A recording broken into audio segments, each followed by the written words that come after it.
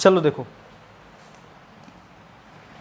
इसके पहले हमने एक स्ट्रेट वायर की वजह से मैग्नेटिक फील्ड फाइंड किया था और एक सर्कुलर वायर की वजह से भी फाइंड किया था, और क्या फाइंड किया, एक कॉइल की वजह से एक्सियल पॉइंट पर भी फाइंड किया था। इतने काम कर लिए थे ना। और कुछ बायो-सेवर्ट लॉ पढ़ा था। बायो-सेवर्ट लॉ के अकॉर्डिंग अगर हमारे पास कोई वायर है, ये सब एप्लीकेशन ऑफ बायो-सेवर्ट से ही हमने सॉल्व किए थे। मतलब बायो-सेवर्ट का यूज करते हुए ये सभी चीज़ें हमने क्या किया था, सॉल्व किया था। अगर ये स्मॉल लेंथ डीएल है, किसी भी पॉइंट पी पर हमें मैग्नेटिक फील्ड फाइंड करनी थी एंगल थीटा पर, तो मैग्नेटिक फील्ड कितनी आती थी, μ0/4 pi I dl sine theta upon r square. ठीक, ये ऐसा कुछ आता था। ये सब चीज़ें हम डिस्कस कर चुके हैं ना। लेकिन एक चार्ज जब मैग्नेटिक फील्ड में मूव करता है, कैसे बिहेव करता है, वो हमें नहीं पता है। तो आज नेक्स्ट हेडिंग जो हम लिखेंगे, Lorentz magnetic force. Lorentz magnetic force को ये भी लिख सकते हो, force on charge particle moving in magnetic field. कोई भी मैग्नेटिक फील्ड में कोई चार्ज पार्टिकल मूव कर रहा है तो उसमें फोर्स कितना लगेगा। ठीक है, ये किसने बताया था, लॉरेंज के अकॉर्डिंग। लॉरेंज मैग्नेटिक फोर्स का फॉर्मूला है, देखो, मान लो ये मैग्नेटिक फील्ड है, क्रॉस का मतलब क्या होता है, इनसाइड। मैग्नेटिक फील्ड अंदर की तरफ जा रही है। Let's suppose having magnetic field B, there is a charge, this is magnetic field B, there is a charge Q which is moving in a magnetic field with velocity v. Okay, then according to Lorentz magnetic force, this charge experience a force F. और ये charge किधर की तरफ force experience करेगा, कौन से नियम से निकाल लेंगे, फ्लेमिंग के लेफ्ट हैंड रूल से। लेकिन फोर्स लगेगा कितना, ये किसने बताया था, लॉरेंज मैग्नेटिक फोर्स ने। इन्होंने क्या बताया था, जो फोर्स लगेगा F directly proportional to Q, जितना ज़्यादा चार्ज होगा उतना ज़्यादा फोर्स लगेगा। पहली इक्वेशन इन्होंने ये बताई। दूसरा इन्होंने क्या बताया, F directly proportional to V sine theta. What is V sine theta? अगर हम तुमसे बोले कि that is a velocity V, हाँ मान लो वेलोसिटी ऐसे है, ऊपर है, वैसे थोड़ी देर के लिए अभी मान लेते हैं कि वेलोसिटी ऊपर है, तो ये वेलोसिटी अगर ये v है तो ये जिससे थीटा जुड़ा होगा वो क्या होगा, v cos थीटा, और उसका परपेंडिकुलर v sin थीटा। तो कौन सी वेलोसिटी है, v sin theta means perpendicular velocity.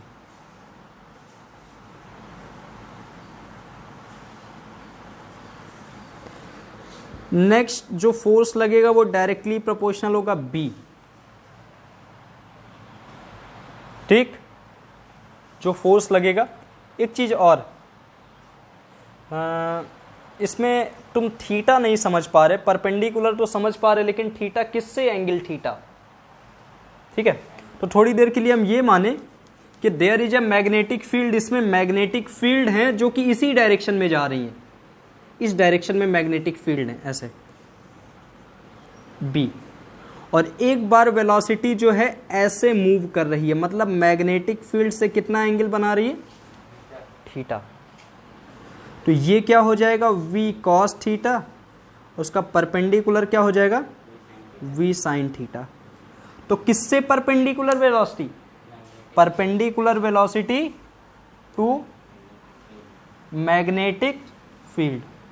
मतलब वेलोसिटी है, हमें उससे मतलब नहीं है, वेलोसिटी है, लेकिन वेलोसिटी कैसी होनी चाहिए, मैग्नेटिक फील्ड के परपेंडिकुलर होनी चाहिए, तभी उस पर फोर्स लगेगा, अदरवाइज नहीं लगेगा। ये बात समझ आ रही कि नहीं? मतलब वेलोसिटी होने से केवल फोर्स नहीं लगेगा। अभी मान लो हम इसको इसी डायरेक्शन में फेंकते, मैग्नेटिक फील्ड की ही डायरेक्शन में फेंकते v वेलोसिटी से, तो पता है इसमें तो फोर्स लगता, लेकिन इसमें फोर्स की वैल्यू बेटा कितनी होती, जीरो। क्यों? क्योंकि the angle between velocity and magnetic field is 0। Magnetic field के परपेंडिकुलर कोई वेलोसिटी नहीं है, तो कितने पे मैक्सिमम फोर्स लगेगा? परपेंडिकुलर 90 पे। तो ये तीनों इक्वेशन बन गए, that is second equation, that is third equation. ये डायग्राम बनाने ज़्यादा बढ़िया रहेगा अगर आप, ठीक, तो इस पे फोर्स F लग रहा। According to this F directly proportional Q V B sine theta, ठीक है। ऑन, अब हम प्रोपोर्शनलिटी साइन हटाएंगे तो एक कांस्टेंट मान ले, और कांस्टेंट कुछ नहीं रहता, उसकी वैल्यू 1 ही रहती, तो F equals to Q V B sine theta. There is a force which is a vector quantity but this is a only magnitude। अगर किसी भी स्केलर, किसी भी मैग्नीट्यूड को हमें वेक्टर में बदलना होता तो क्या करते हैं? यूनिट वेक्टर से मल्टीप्लाई करते थे। तो आप ये लिख सकते हैं F vector is equals to Q V B sine theta multiply by N. और ये आपको कुछ ऐसा दिख रहा हो, this is a scalar quantity, तो क्यू तो बाहर कर लें, F vector equals to Q बाहर कर लिया, A vector B vector sine theta N cap. तो आपको एक फार्मूला पता है, A vector cross B vector का फार्मूला क्या होता है? Magnitude of A magnitude of B sine theta then n cap unit vector. तो वैसा ही तो दिख रहा है, पहला वेक्टर दूसरा vector sine theta N cap. तो क्या हम यहां पे ये लिख सकते हैं V vector cross B vector?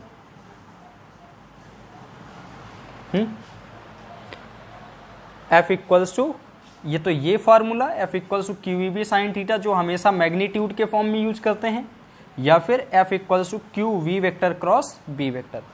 और इसकी direction B vector cross V vector क्यों नहीं लिखा? ये आप एक दिन नियम बताया था, इसके पहले मैंने बताया था ये क्यों लिखते हैं और ये क्यों नहीं लिखते, डायरेक्शन चेंज हो जाती है, ठीक है। तो ये वहां से आप फाइंड कर सकते हैं। ये फोर्स है कब? जब कोई चार्ज v वेलोसिटी से मूव कर रहा हो, v वेलोसिटी से परपेंडिकुलर मूव कर रहा हो, किसके? मैग्नेटिक फील्ड B में, तो उस पर क्या लगेगा? फोर्स। और फोर्स कितना लगेगा? Q V B sine theta. इससे बोर्ड में 2 क्वेश्चन पूछे जाते हैं।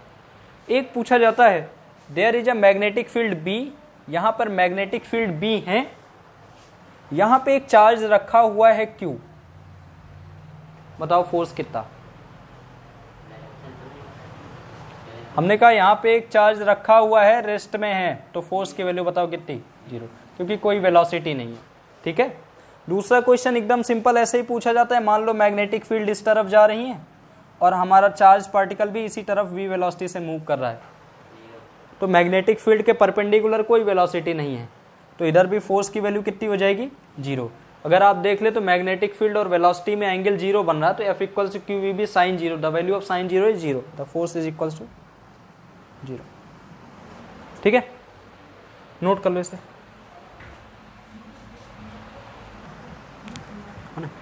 नेक्स्ट लिखो। ये क्या हो गया? Lorentz magnetic force. Lorentz magnetic force में क्या होता है? हमारे पास एक चार्ज होता है, मैग्नेटिक फील्ड B में मूव करता है with velocity v sine theta, perpendicular velocity magnetic field के, उस पर फोर्स लगता है जो कि मैग्नेटिक फोर्स है।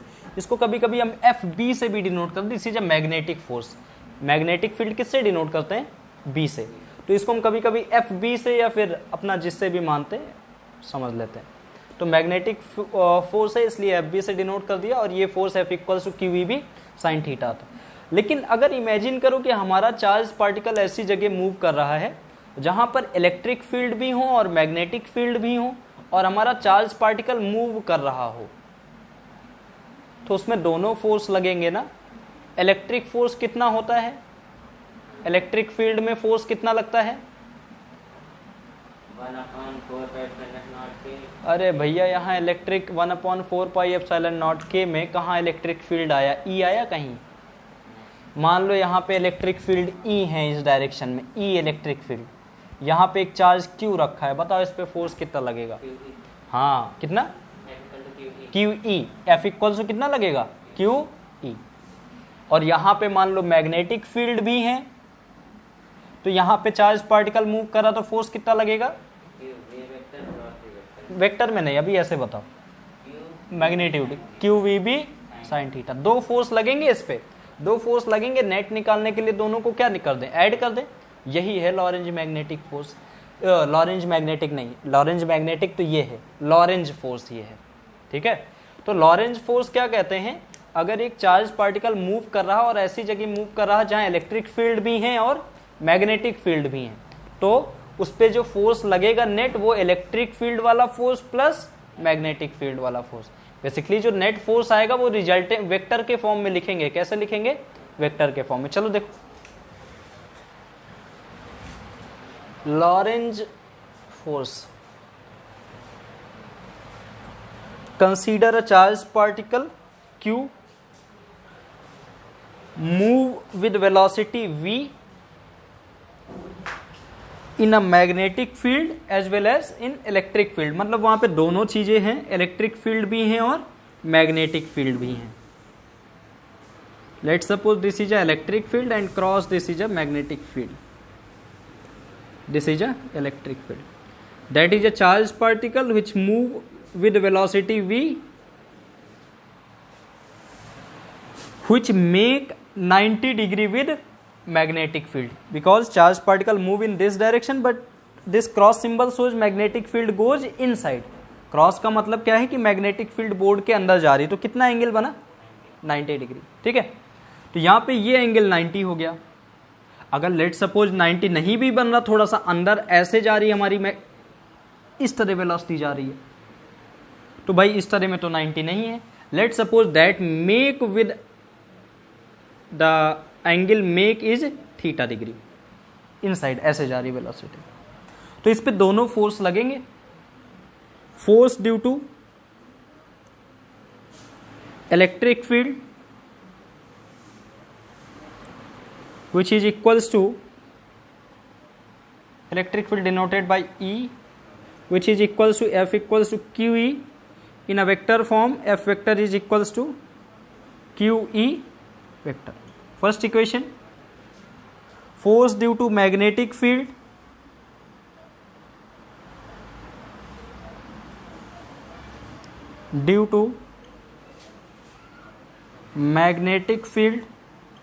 magnetic field is denoted by B। This FE means force due to electric field, we denote as a symbol FE। force due to magnetic field is F B vector is equals to QVB theta n cap, या फिर vector अभी ना लगाए, QVB sin theta. In vector form FB vector is equals to QV vector cross B vector, that is equation second। The net force on that charged particle, the net force on that charged particle F net equals to force due to electric field plus force due to magnetic field, that is QE vector plus QV vector cross B vector। Take Q as a common, the net magnetic force, net force not a magnetic force, the net force equals to Q E vector plus V vector cross B vector, that is a Lorentz force। इसी को हम क्या बोलते हैं,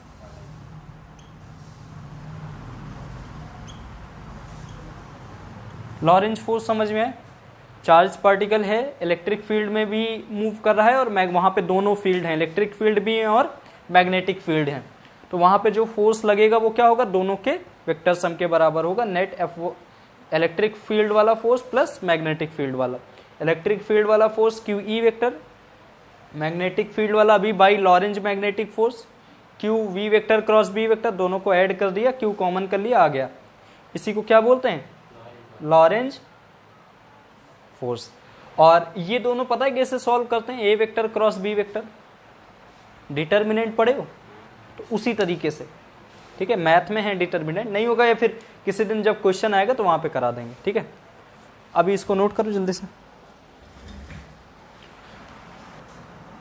हो गया। चलो देखो नेक्स्ट,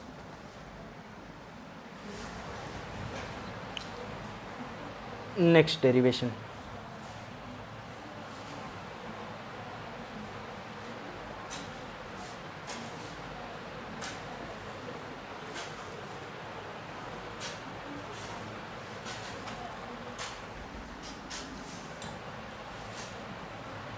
नेक्स्ट देखो, force on current carrying wire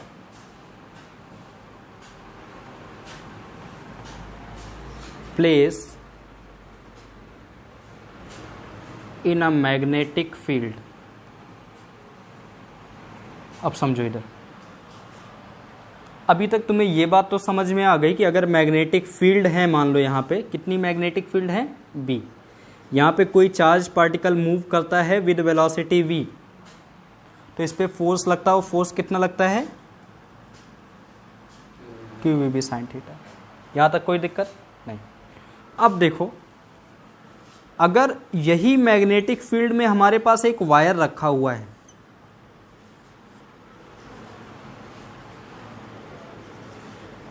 consider a wire of length L, area of cross section A, place in a magnetic field B, when the charge flow in this wire, मतलब when we apply a potential connected with a battery, we apply a potential difference, then charge flow, the rate of flow of charge is I, means the current is I। तो यहां पर charge move करेंगे, और आपको पता है charge कैसे move करते हैं, अपनी जगह से क्या करते हैं, ड्रिफ्ट हुआ करते हैं ना, ड्रिफ्ट। अब भाई चार्ज मूव करेंगे, मैग्नेटिक फील्ड में मूव करेंगे तो फोर्स तो लगेगा ना उस पर, तो फोर्स लगेगा इनमें। मान लो सारे चार्ज ऐसे कहीं मूव कर रहे हैं, ऐसे कुछ ऐसे मूव कर रहे हैं, तो इनमें क्या लगेगा, फोर्स लगेगा। वही फोर्स हमें अगर निकाल लें सभी चार्जेस का फोर्स, तो वही फोर्स कहाँ पर लगेगा, इस वायर पे लगेगा। वही निकालना है, force on current carrying wire. अगर ये करंट कैरिंग वायर ना होता, चार्ज ना मूव कर रहे तो क्या इसमें कोई फोर्स लगता, नहीं। Force on current carrying wire place in a magnetic field, this conductor having number density n, small n is a number of electron per unit volume. एक वॉल्यूम में कितना इलेक्ट्रॉन है, n। तो पूरे इलेक्ट्रॉन कितने होंगे, देखो इधर, small n is a number of electron per unit volume. We want to find force, for finding force we use formula F equals to QVB sin theta. This is not a single charge, this is a charge. If you want to find the complete force due to this conductor, then we have to put the complete charge, means इस wire में कितने charge हैं वो हमें रखना पड़ेगा। इस पे नंबर डेंसिटी, एक वॉल्यूम में कितने इलेक्ट्रॉन हैं, small n। Total number of electron in conductor, conductor पे टोटल नंबर ऑफ इलेक्ट्रॉन बेटा किससे डिनोट करते हैं, कैपिटल N से। एक वॉल्यूम में स्मॉल n इलेक्ट्रॉन है, 2 वॉल्यूम में 2n, 3 वॉल्यूम में 3n, तो इसमें टोटल वॉल्यूम मान लो V, तो कितना हो जाएगा NV। इसका वॉल्यूम कैसे निकालेंगे, एरिया इनटू लेंथ। तो क्या लिख सकते हैं, NaL। This is a total number of electron, that is not a total charge, but we have to find total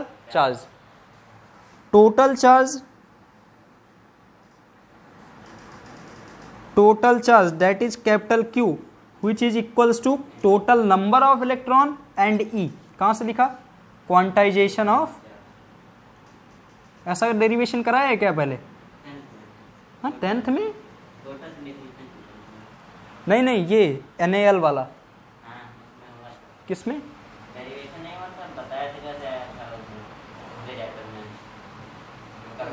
current and drift velocity. Total charge Q equals to NE। The total charge Q equals to, total charge is Q and total number of electron is NaL and that E, NaLE, that is total charge in that conductor by Lorentz force, Lorentz magnetic force, by Lorentz magnetic force F B equals to total charge Q V B sine theta. Here theta is 90 because the magnetic field goes inside. अगर नहीं लेना तो मत लो, बाद में मान लो 90 degree पे नहीं रखा, किसी एंगल थीटा पर रखा है तो थीटा पड़ा रहने दो. F B equals to the total charge is N A L E V. What is V? Change करो. What is V? वी जो वेलोसिटी, किसकी वेलोसिटी? इलेक्ट्रॉन की. और इलेक्ट्रॉन में वेलोसिटी कौन सी होती? Drift velocity. This is not a Vd, this is not a V, this is a Vd, drift velocity. And B sin theta.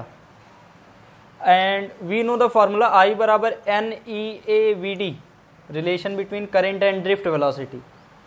NEAVD, इसकी जगह क्या रख सकते हैं? I. F equals to I, FB लिख दो या फिर नॉर्मल फोर्स रख दो. F equals to I B L sin theta. That is magnitude of force when the wire of length L, area of cross section A, placed in a magnetic field B and current flow through the wire is I and place at angle theta with magnetic field. ठीक है. In a vector form, F vector is equals to I B L sine theta N cap. और sine theta N cap है तो cross में इसको लिखा जा सकता है. ठीक है. तो ये आपका फोर्स हो गया, जो कि ये फोर्स कब आया है? एक वायर की वजह से आया है और वायर मैग्नेटिक फील्ड में रखा है, बी है, वहां पे करंट आई मूव कर रही है, बाकी सब चीजें सेम. कंसिडरेशन स्टार्टिंग में जरूर लिखना और ये भी लिख देना यहाँ पे. और यही फोर्स जब एक मोटर देखो कैसे घूमती है, मैग्नेट लगे होते किनारे, तो मैग्नेट लगे होते तो उसमें करंट फ्लो करती है. करंट फ्लो करेगी तो उसमें क्या लगेगा? फोर्स लगेगा तो उसमें क्या लगेगा? टॉर्क लगेगा तो वो क्या करते हैं? घूमेगी. तो अब देखो करंट भी हो जाती है जो बैटरी से प्रोवाइड करते हैं, मैग्नेटिक फील्ड जो मैग्नेट, और जो उसके अंदर कॉइल भी लगी होती है मोटर के अंदर, लेंथ एल साइन थीटा. ठीक है, नोट कर लो इसे.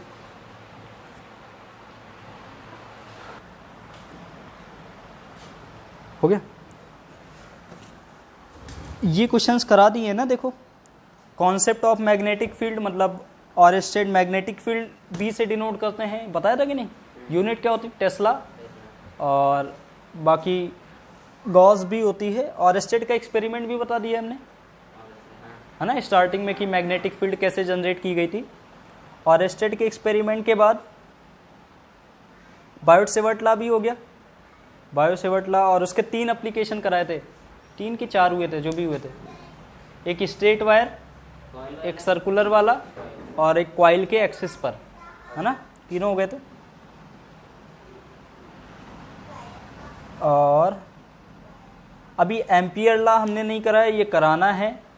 एम्पियर लॉ देखो कहाँ पे यूज करते हैं, जैसे हम वायर पे मैग्नेटिक फील्ड नहीं निकालते थे, एक स्ट्रेट वायर लेते थे, वहां पे किसी एरिया पे किसी दूरी पर मैग्नेटिक फील्ड फाइंड करते थे, तो हमें एक भाई इंटीग्रल फॉर्म यूज करना पड़ता था. लेकिन एक ऐसा नियम आ गया जैसे गॉस थ्योरम नहीं है, गॉस थ्योरम एक नियम, उसी के जैसा एक एम्पियर सर्किटल लॉ है इस चैप्टर में, जहां पर तुम्हें एक ऐसी चीज बता दी जाएगी जिससे तुम बहुत आसानी से क्या फाइंड कर ले जाओगे? मैग्नेटिक फील्ड फाइंड कर ले जाओगे. तो एम्पियर सर्किटल लॉ भी नहीं हुआ. सोलेनॉइड और टोराइड. सोलेनॉइड जानते हो? सोलेनॉइड एक वायर लो, उसको घुमा दो गोल गोल, स्प्रिंग जैसा शेप. स्प्रिंग में इंसुलेटेड वायर नहीं होता, लेकिन स्प्रिंग जैसा शेप जो बनता है उसे क्या बोल सकते हैं? सोलेनॉइड. टोराइड जानते हो? टोराइड, ये वर्ड इसीलिए बता रहे, ये आप में पढ़ने हैं. टोराइड कुछ नहीं, ऐसे ही शेप हो, स्प्रिंग जैसा ही शेप हो, लेकिन वो स्ट्रेट ना हो. कैसा हो बेटा? सर्कुलर हो ऐसा. ये क्या है? टोराइड. इससे भी जब करंट, हाँ जो भी है, इससे भी जब करंट जाएगी तो मैग्नेटिक फील्ड जनरेट होगी. और सोलेनॉइड कौन है? ये है सोलेनॉइड. सोलेनॉइड तो शायद 10th में ही पढ़े थे, जिसमें हमने मैग्नेटिक फील्ड फाइंड किया था, नॉर्थ पोल साउथ पोल भी निकाले थे. ठीक है. और एक स्ट्रेट वायर की वजह से भी मैग्नेटिक फील्ड फाइंड करनी, इनफाइनाइट वायर की वजह, जो कि हमने फाइंड भी किया अभी यहाँ पे. ठीक है. और force between two parallel current carrying, अगर हमारे पास दो वायर है उनमें सेम डायरेक्शन में करंट जा रही होती है तो वो दोनों अट्रैक्ट करते हैं। कैसे अट्रैक्ट करते हैं देखेंगे, अभी नहीं करा है। और यहाँ से एक हमें डिफाइन 1 एम्पियर भी डिराइव कराना है। और इसके बाद force on moving charge in uniform magnetic field शायद करा दिया, अभी तो करा है। अगर एक चार्ज पार्टिकल मूव करे, ठीक है, मैग्नेटिक फील्ड में, अभी इसका कुछ पॉइंट रह भी गया। एक ऐसा डेरिवेशन है जहाँ पे एक चार्ज पार्टिकल मैग्नेटिक फील्ड में मूव करेगा, उसमें फोर्स लगेगा, और उसमें बेटा फोर्स ऊपर की तरफ लगेगा, मतलब वो कैसा रोटेट करने लगेगा, सर्कुलर रोटेट करेगा। तो हमें उस पर 5 चीज़ें फाइंड करनी है। पहला वेलोसिटी, एंगुलर वेलोसिटी ले सकते हो, दूसरे नंबर पे रेडियस, थर्ड नंबर पे काइनेटिक एनर्जी, फोर्थ नंबर पे टाइम पीरियड, एक बार रिवॉल्व होने का समय, फिफ्थ नंबर पे फ्रीक्वेंसी। ठीक है, ये सभी चीज़ें फाइंड करनी है। अभी आधा चैप्टर हो गया है, आधा बचा है, तो आधा भी हो जाएगा। और यहाँ पे एक जो फंडामेंटल डिवाइस होती है वो पता है कौन सी होती है? कौन सी? कोई भी इलेक्ट्रॉनिक्स की फंडामेंटल जो डिवाइस होती है वो होती है गैल्वेनोमीटर। गैल्वेनोमीटर एक ऐसी डिवाइस है, उसमें थोड़ा बहुत चेंज करके हम अमीटर भी बना सकते हैं, और उसमें थोड़ा बहुत चेंज करके हम क्या बना सकते हैं? वोल्ट मीटर भी बना सकते हैं। ठीक है, तो गैल्वेनोमीटर से अमीटर भी बनाना है, वोल्ट मीटर भी हमें बनाना है, ये आपके चैप्टर में है।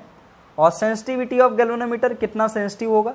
मोटर भी बनानी है इस पर, एक कॉइल है, मैग्नेटिक फील्ड में मूव करेगी तो रखी रहेगी, तो टॉर्क उसमें जनरेट होगा, करंट कैरिंग कॉइल है तो टॉर्क जनरेट होगा, टॉर्क इज रोटेटिंग। ठीक है, तो बस चैप्टर में इतना ही है। अभी तो 50% कंप्लीट हो गया, बाकी कंप्लीट कर लेंगे। ठीक है, ऑफ कर दो इसे।